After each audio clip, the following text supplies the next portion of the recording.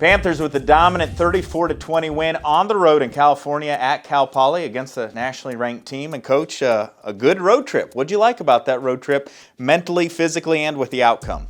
Turned out to be a great team win.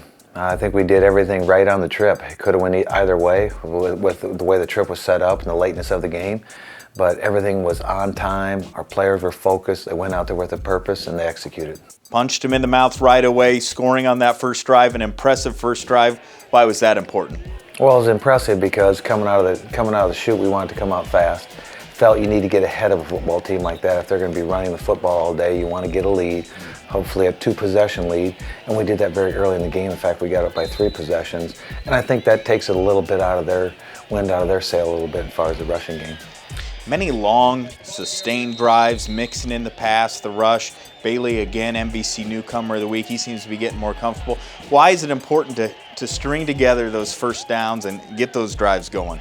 Well, it takes focus. You got to stay penalty free. You have to stay air free, and you know that execution. If you're going to get back up on the ball, it takes a poise to it. Not just a fast play, but it takes poise.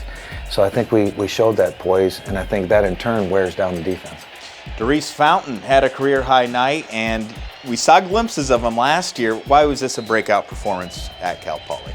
Well, they did some things. They're going to try to take him away one-on-one, and we know he's a great talent, and being a young player, this was his opportunity to go one-on-one and win some of those battles, and he did. And so some good balls were thrown, some great catches were made. A lot of good receivers out there on the defensive side. McMakin, Defensive Player of the Week. Farley, Dexter, a lot of names leading the defense against a really good offense in Cal Poly. Well, it actually was a tremendous offense, and it was nail-biting every play because they could have went to the house any play they snapped the football. And we took 90 snaps that night, and I just really felt our defensive line did their job. Linebackers were sound and disciplined in their job, and the secondary held for play-action pass. So as a team unit, it was just very disciplined. Yeah, it's a completely different offense than what you'd faced in the previous weeks. How tough was it to turn around to get ready to go for that game? Well, we told our team all week long that we felt we had to do in 5 days what they'd learned in 5 years.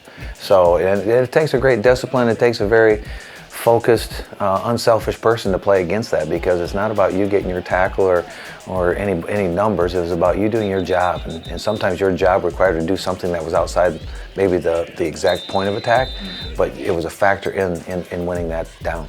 Overall, when you look back and evaluate the tape, second win in a row against a nationally ranked team, going all the way to the West Coast to win that game, why do you feel good and as a positive step forward into this week? Well, I feel good because we've probably played one of the most unique offenses in FCS football and one of the better ones that throw the football every down. We turn right around the next week and follow it with a team that just rushes the ball every down, and I think it's probably one of the better ones doing that.